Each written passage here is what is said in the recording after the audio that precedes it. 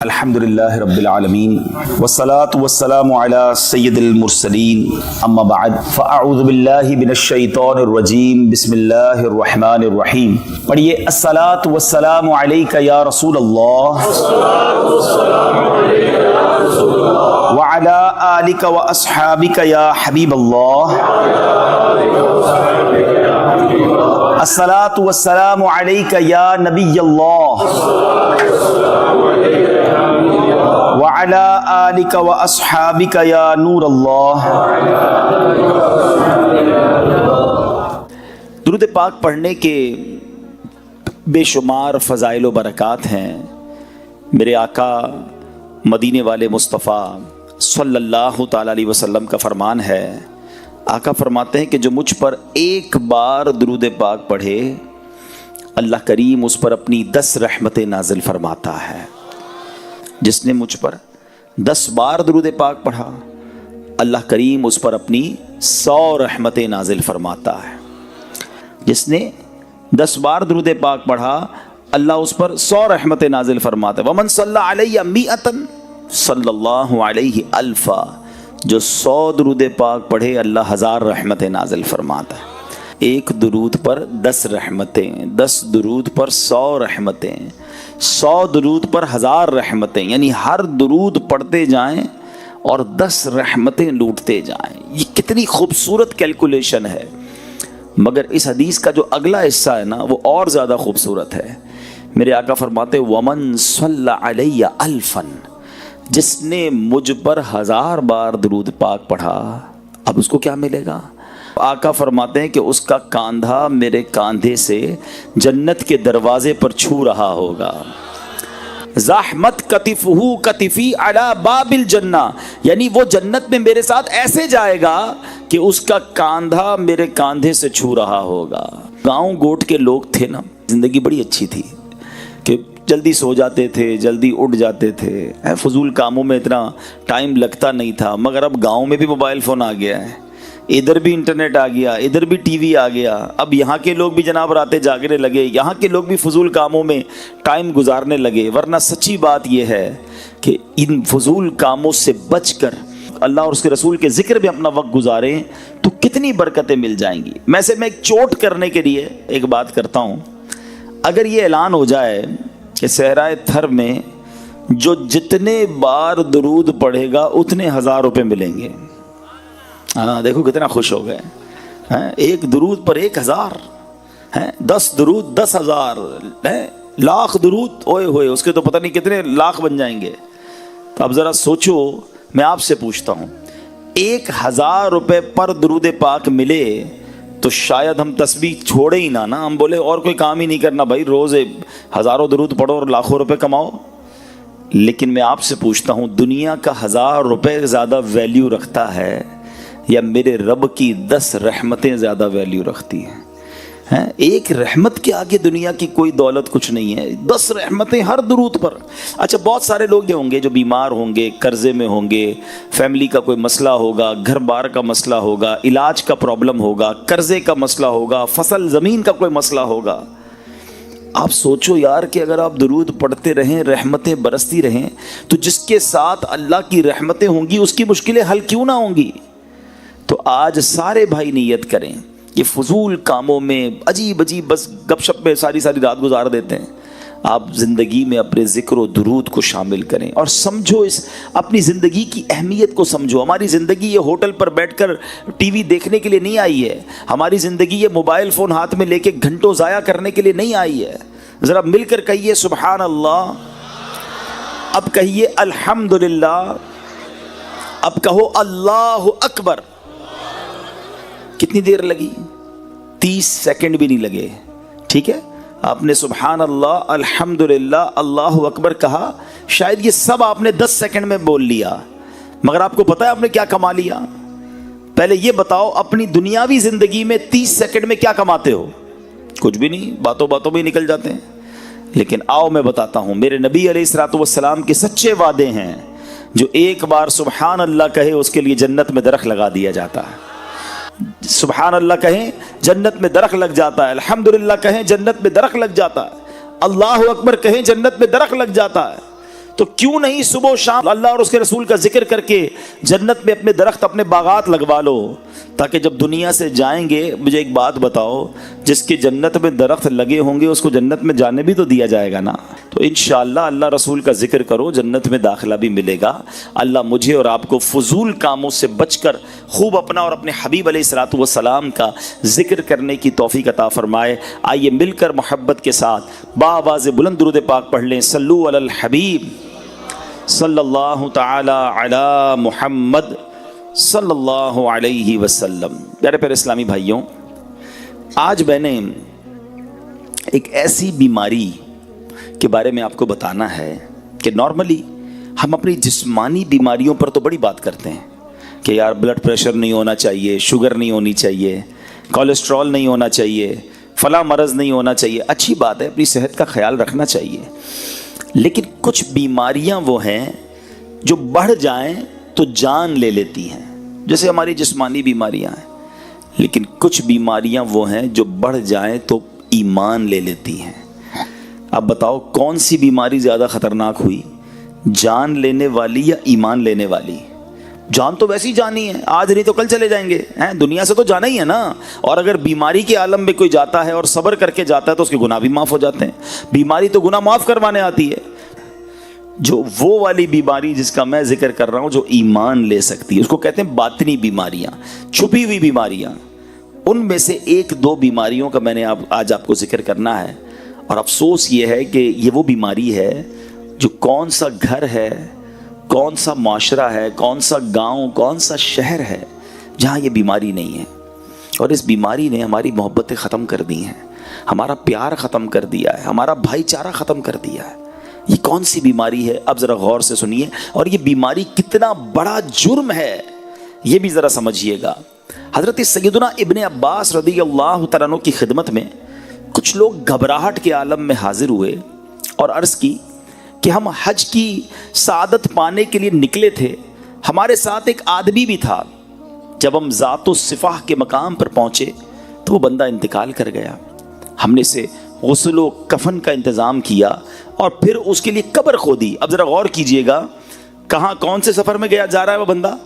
حج کے سفر میں، اور حج کے سفر میں اس کا انتقال ہوا ہے۔ روایتوں میں آتا ہے کہ جو بندہ حج کو جائے، عمرے کو جائے اور راستے میں مر جائے تو اللہ تعالیٰ قیامت تک اسے حج کرنے کا ثواب عطا فرماتا ہے، کیونکہ وہ اس سفر میں مرا ہے نا۔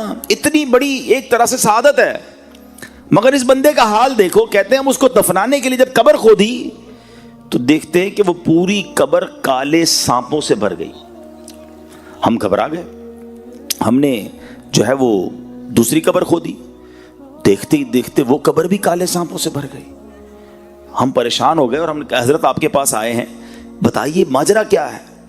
سیدنا ابن عباس رضی اللہ تعالیٰ عنہ فرماتے ہیں یہ اس کا کینہ ہے جو اپنے دل میں رکھتا تھا، جاؤ اس کو وہیں سانپوں کے درمیان جا کر دفنا دو۔ آپ ذرا غور کیجئے پیارے اسلامی بھائیوں کہ حج کا مسافر ہے مگر قبر میں سانپ آ گئے، وجہ کہ اس کے دل میں کینہ تھا، مسلمانوں کے لیے بغض تھا، لوگوں کے لیے برے خیالات تھے۔ فرمایا جس کے دل ایسا ہو کدھر بھی قبر کھودو گے ادھر سانپ نہیں آنا ہے، ادھر عذاب نہیں آنا ہے، ادھر ہی دفنا دو۔ اے پیارے اسلامی بھائیوں ذرا غور کیجئے، میں آج جس بیماری کے بارے میں، جس پرابلم کے بارے میں ذکر کرنے آیا ہوں، سمجھانے آیا ہوں، خود بھی سمجھنے آیا ہوں، وہ ہے کینہ، بغض۔ میں اس کی تعریف بھی بیان کروں گا کہ کینہ کہتے کس کو ہیں، اور ہو سکتا ہے کہ ابھی تک تو کسی کو سمجھ ہی نہ آیا ہو کہ کینہ کیا ہے، یا پھر کینہ میں تو نہیں کرتا، تو ذرا سنیے گا۔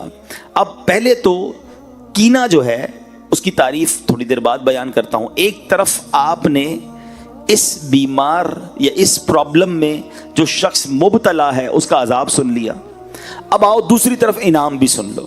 ایک بار پیارے آقا علیہ الصلوۃ والسلام نے، صحابہ کرام موجود تھے، سیدنا انس رضی اللہ تعالیٰ عنہ اس حدیث کے راوی ہیں، کہتے ہیں کہ نبی پاک علیہ الصلوۃ والسلام نے فرمایا کہ یطلع علیکم الآن من هذا الفج رجل من اہل الجنہ۔ آقا فرماتے کہ ابھی تمہارے پاس اس راستے سے ایک جنتی آدمی آئے گا اب ذرا غور کریں کہ صحابہ کرام کتنا دلچسپی کا اظہار کیا ہوگا، سارے کیوریس ہو گئے ہوں گے کہ دیکھے تو صحیح کون آ رہا ہے۔ نبی پاک نے پہلے ہی بتا دیا کہ اس دروازے سے اب ایک جنتی آدمی نے آنا ہے۔ سارے صحابہ دروازے کی طرف دیکھ رہے ہیں۔ اب ایک انصاری صحابی آئے، بہت بڑا ان کا نام بھی نہیں تھا، ان کی داڑھی کے بال وضو سے تر تھے، بائیں ہاتھ میں جوتیاں اٹھا رکھی تھیں، بڑا نارمل سا بندہ تھا۔ دوسرے دن نبی پاک علیہ السلام نے فرمایا کہ ابھی اس دروازے سے ایک جنتی شخص آئے گا۔ بالکل نبی پاک نے فرمایا تھوڑی دیر بعد وہی بندہ دوبارہ آیا۔ تیسرے دن آقا نے فرمایا اس دروازے سے جنتی بندہ آئے گا۔ تیسرے دن بھی وہی شخص داخل ہوا۔ اب حضرت عبداللہ بن عمر رضی اللہ عنہ فرماتے ہیں کہ میں اس انصاری صحابی کے پاس گیا، میں نے کہا اب معلوم تو کروں عمل کیسا ہے۔ آقا 3 دن سے فرما رہے جنتی بندہ آئے گا، تینوں بار یہی آیا، ایسا کیا کرتا ہے؟ اچھا اب کمال دیکھو، حضرت عبداللہ بن عمر انصاری نے کیا کیا، کہتے حضور مجھے آپ کا مہمان بننا ہے، کیا آپ میری مہمان نوازی کریں گے؟ انہوں نے کہا ٹھیک ہے آ جائیں، میرے گھر آ جائیں۔ کیوں گھر جانا تھا؟ کہ اس کا عمل معلوم کرنا تھا، اس کی نیکی معلوم کرنی تھی، اکیلے میں کرتا کیا ہے، ایسا کیا کرتا ہے کہ پیارے آقا علیہ الصلوۃ والسلام 3 دن سے فرما رہے کہ اس دروازے سے جنتی بندہ آئے گا، یہی بندہ آتا ہے۔ اچھا ہم کسی کے گھر کیوں جاتے ہیں کہ یار کسی کے گھر جائیں ذرا دیکھے تو صحیح کماتا کیا ہے، ذرا اندر کی اطلاع ملے کہ گھر کیسا ہے، اس کا خرچہ کتنا کیا ہے۔ ہم کسی کے گھر نارملی کوئی بندہ کسی کا مہمان اس لیے بھی بنتا ہے کہ ذرا جاسوسی کرے، مگر صحابہ کا خیال دیکھو، ان کی صفائی دیکھو، دل کی نیتیں دیکھو۔ کہتے اس لیے مہمان بننا تھا کہ دیکھوں تو صحیح نیکی کیا کرتا ہے، یہ کون سی نیکی ہے جو اس بندے کو جنتی بنا بیٹھی۔ کہتے میں 3 دن اور 3 راتیں اس بندے کے گھر میں رہا، میں نے کوئی خاص عمل نہیں دیکھا، نارمل وہی نماز، ہم بھی نماز پڑھتے تھے، وہ بھی نماز پڑھتے، وہ بھی جناب ذکر اللہ کرتے تھے، ہم بھی کرتے، کوئی ایکسٹرا آرڈنری کام تو میں نے نہیں دیکھا۔ 3 دن بعد میں واپس جانے لگا، میں نے کہا میں جا رہا ہوں۔ تو اس نے کہا کہ آپ آئے کیوں تھے؟ کہا میں تو اس لیے آیا تھا کہ آپ کا کوئی خاص عمل ہے جو میں دیکھوں کہ پتہ چلے کہ 3 دن تک نبی پاک نے فرمایا کہ اس دروازے سے جنتی شخص آئے گا، تینوں بار آپ آئے، آپ کا کوئی ایسا ایکسٹرا کوئی خاص کوئی بڑا عمل تو مجھے نظر نہیں آیا۔ تو وہ صحابی پتہ کیا کہتے ہیں کہ میرا عمل تو وہی ہے جو آپ نے دیکھا، میں تو نارمل سا آدمی ہوں، مگر ایک بات ضرور ہے کہ میں اپنے دل میں کسی مسلمان کے لیے کینہ نہیں رکھتا ہوں، نہ ہی کسی مسلمان کو ملنے والی نعمت پر حسد کرتا ہوں۔ حضرت سیدنا عبداللہ رضی اللہ عنہ نے فرمایا یہی وہ وصف ہے جس نے آپ کو اس مقام پر پہنچا دیا ہے۔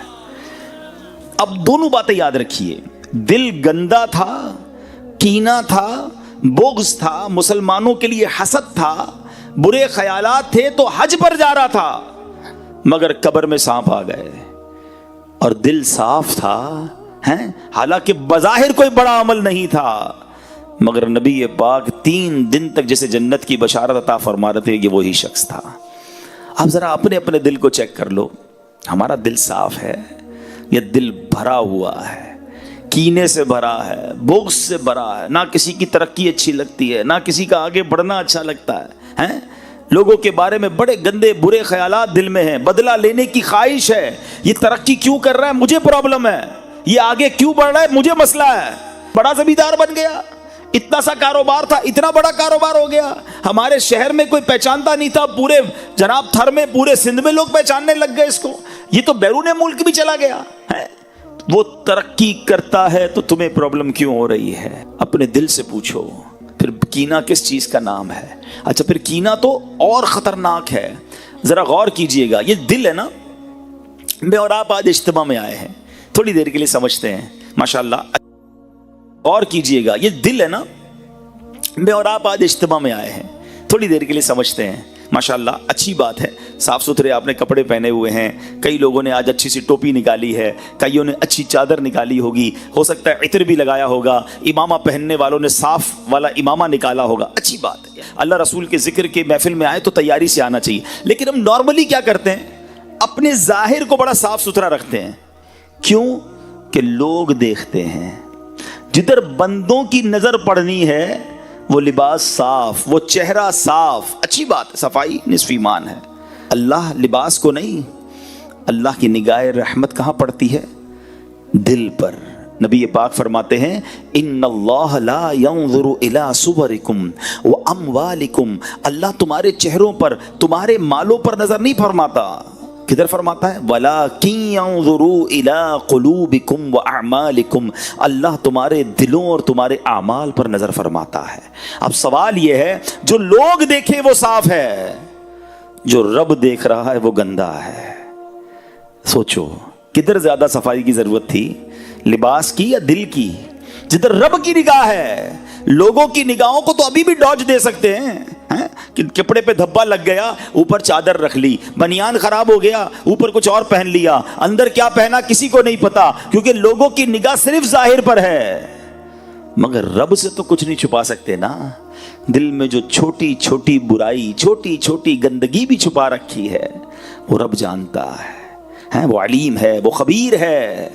مگر پرابلم یہ ہے کہ آج ہم صبح سے شام تک دل صاف، کپڑے صاف، چہرہ صاف. کسی کے باتھ روم میں جاؤ تو کتنی ساری تو کریمیں رکھی ہوتی ہیں. چہرہ صاف کرنے کی الگ ہے، تو ہاتھ صاف کرنے کی الگ ہے، تو دانت صاف کرنے کا الگ حساب ہے. ٹھیک ہے، میں نہیں کہتا صفائی نہیں کرنی چاہیے، مگر اتنا خیال ہے کہ یار لوگ دیکھیں تو میں ستھرا صاف نظر آؤں. جس خالق نے تمہیں بنایا ہے وہ بھی تو دیکھ رہا ہے تمہیں. دل کا کیا حال ہے؟ کیا چھپا رکھا ہے؟ تکبر اندر چھپا رکھا ہے، غیبت اندر رکھی ہے، حسد اندر رکھا ہے، لوگوں کے لیے برے خیالات اندر رکھے ہیں، گندے گندے پلان اندر رکھے ہیں، دشمنیاں اندر رکھی ہیں. پھر کہتے ہو اللہ مجھ سے راضی ہو جائے. وہ دیکھ رہا ہے کہ تمہارے دل میں کیا ہے. نماز بھی پڑھتے ہو تو اس لیے کہ لوگ نمازی سمجھیں.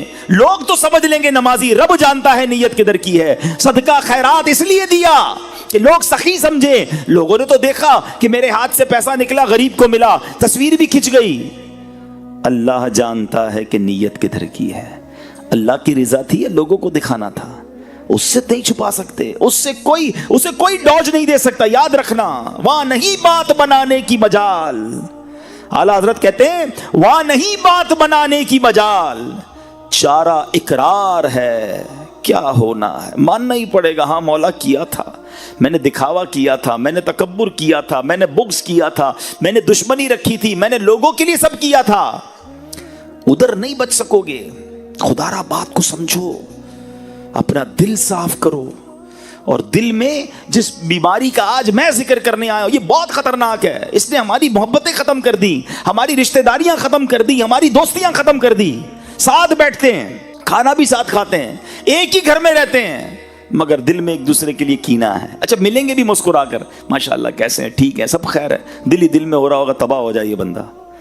ساتھ روز کھاتے ہیں، وہ آ کر بتاتا بھی ہوگا یار اس بار فصل بہت اچھی ہوئی، اللہ نے بڑا کرم کیا، باجرہ بہت نکلا، ارے گوار کی فصل بھی بہت اچھی ہوئی، اللہ نے بڑا کرم کیا، مونگ کی دال اس بار تو کمال ہو گیا. وہ کمال ہو گیا کہہ رہا ہے، اندر جلن ہو رہی ہے کہ اس کو کمال کیوں ہو گیا. اور سوچو یار وہ دل کتنا گندا ہے جو کسی مسلمان کی ترقی پر افسوس کر رہا ہے، جس کو کسی مسلمان کی خوشی میں پرابلم ہو رہی ہے. اس دل کا کتنی گندگی ہے اس دل میں، اور وہ ہمارے دل میں اگر ہے تو. اور یہ کتنا برا عمل ہے. میں نے دونوں عمل بتا دیے. کینے والا دل سانپ والی قبر میں گیا، اور جو دل صاف تھا اس کو آقا نے جنتی فرما دیا. اب طے آپ نے کرنا ہے کون سا والا دل رکھنا ہے. سنو اب میرے پیارے اسلامی بھائیوں، کینے کی ذرا تعریف بھی سمجھ لو. تھوڑا حسد سے یہ ہٹ کر ہے. حسد الگ ہوتا ہے، کینہ الگ ہوتا ہے، مگر یہ بہت قریب قریب ہیں. کینہ یہ ہے کہ انسان اپنے دل میں کسی کو بوجھ جانے، اس سے دشمنی اور بغض رکھے، اور یہ نفرت کی کیفیت ہمیشہ باقی رہے. اب اس کا ٹیسٹ پتہ ہے کیا ہے؟ چھوٹا سا ٹیسٹ کر لو. آپ کے جاننے والوں میں سے کوئی ایسا ہے، اچھا ایک بات یاد رکھنا، کینہ ہو یا حسد یہ اسی سے ہو سکتا ہے جس کو آپ جانتے ہو. جس کو نہیں جانتے اس سے نہیں ہو سکتا. تھر میں رہنے والوں کا کسی برازیل میں رہنے والے سے حسد نہیں ہو سکتا. چاہتے ہی نہیں تو کیا ہاں کوئی تھر والا ہی برازیل چلا گیا تو پھر تو حسد ہو سکتا ہے، ورنہ نہیں ہو سکتا. مثال کے طور پہ آپ ہی کے علاقے کا، آپ کے شہر کا، آپ کا رشتہ دار، آپ کے ساتھ کام کرنے والا، آپ کا پڑوسی بھی ہو سکتا ہے، آپ کا دوست بھی ہو سکتا ہے، ٹھیک ہے نا. اب آپ غور کریں کہ آپ کے جاننے والوں میں سے کوئی ایسا ہے کہ جب اس کی تعریف آپ کے سامنے ہوتی ہے نا تو آپ کو تکلیف ہونا شروع ہو جاتی ہے. یار کوئی اور بات کرو نا بھائی، اس کا ذکر کیوں کر رہے ہو، کوئی اور بات کرو. اور جی چاہتا ہے کہ کسی طرح موقع ملے تو میں اس کو نقصان پہنچاؤں. معذرت کے ساتھ یہ جو انٹیریئر کے ایریاز ہیں نا، اندرون کے جو علاقے ہیں، تھر بھی ہے اس میں، سندھ بھی ہے، پنجاب بھی ہے، بلوچستان بھی ہے، خیبر پختونخوا بھی، بدقسمتی یہ ہے کہ یہاں دشمنیاں پالی جاتی ہیں اور برسوں دشمنیاں رکھی جاتی ہیں. بچوں کو بھی بتایا جاتا ہے کہ فلاں خاندان ہمارا دشمن ہے. بتاؤ یار، کیا اسلام اس لیے آیا تھا؟ میرے آقا تو دشمنیاں مٹانے آئے تھے نا. نبی پاک نے تو فتح مکہ کے بعد خون کے پیاسوں کو بھی معاف کر دیا تھا، اور آج مسلمان کو معاف کرنے کے لیے تیار نہیں ہے. اور اگر آپ سٹارٹ دیکھیں تو کسی چھوٹی سی بات سے یہ معاملہ شروع ہوا ہوگا اور اب تک نہ جانے کتنے لوگ قتل ہو چکے ہوں گے، لیکن احساس نہیں ہے. پھر کینہ اور کس شے کا نام ہے کہ تم دشمنی رکھتے ہو دل میں؟ پھر سوچ لو کہ یہ کہیں بیماری ہمیں قیامت کے دن مروا نہ دے، قبر میں سانپ اور بچھو نہ آ جائے. حدیث پاک کا مضمون ہے کہ کچھ بیماریاں ایمان مونڈ دیتی ہیں. ایمان مونڈنے والی بیماری کون سی ہے؟ فرمایا اس میں کینہ اور حسد بھی ہے، جو انسان کا ایمان برباد کر دیتی ہے. خدارا اس وبا کو نکالیے. نبی پاک فرماتے ہیں ان قریب میری امت میں پچھلی امتوں کی بیماریاں آ جائیں گی. صحابہ کرام نے عرض کی حضور پچھلی امت کی بیماریاں کیا ہیں؟ تو آقا نے فرمایا تکبر، اترانا، ایک دوسرے کی غیبت کرنا، دنیا میں ایک دوسرے پر سبقت کرنے کی کوشش کرنا، بغض رکھنا، بخل یعنی کنجوسی کرنا، یہاں تک کہ وہ ظلم میں تبدیل ہو جائے، پھر فتنہ و فساد بن جائے. یہ پچھلی امتوں کی بیماریاں تھیں، مگر آج ہمارے اندر بھی ہے. چھوٹی چھوٹی بات پر دشمنیاں پالی ہیں. اور یہ جو حسد ہے نا، یہ تو اتنا برا عمل ہے، اتنا برا عمل ہے. میں ذرا ایک سوال پوچھنا چاہتا ہوں، آپ کو اندازہ ہو جائے گا کہ حسد ایکچولی کتنی بری چیز ہے. مجھے بتاؤ شہرت دینے والا کون ہے؟ سب مل کر جواب دیں گے. دولت دینے والا کون ہے؟ ارے اللہ کا نام لے رہے ہو، زور سے لے لو نا. دولت دینے والا کون ہے؟ شہرت دینے والا کون ہے؟ اولاد دینے والا کون ہے؟ عزت دینے والا کون ہے؟ روزی دینے والا کون ہے؟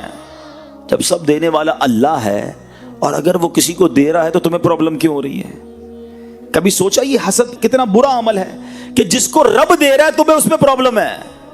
اصل میں جو حسد کرنے والا ہے نا، وہ اللہ پر اعتراض کرتا ہے کہ اللہ اس کو کیوں دیا، مجھے کیوں نہیں دیا. یہ ڈائریکٹلی رب پر اعتراض ہے.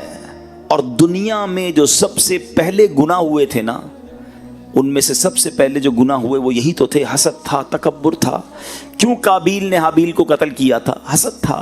کیوں شیطان نے حضرت آدم کو سجدہ نہیں کیا؟ حسد ہی تو تھا، تکبر ہی تو تھا. یہ سب سے پہلے اس دنیا میں ہونے والے گناہ ہیں. مگر آج مسلمانوں کے اندر بھی حسد اور کینہ آ چکا ہے.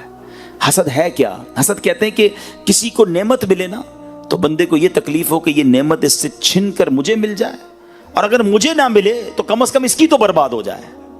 آپ سوچیں یہ کتنا برا عمل ہے، کتنا گندا ہے وہ شخص جو یہ سوچتا ہے کہ کسی مسلمان کو بربادی ہو جائے.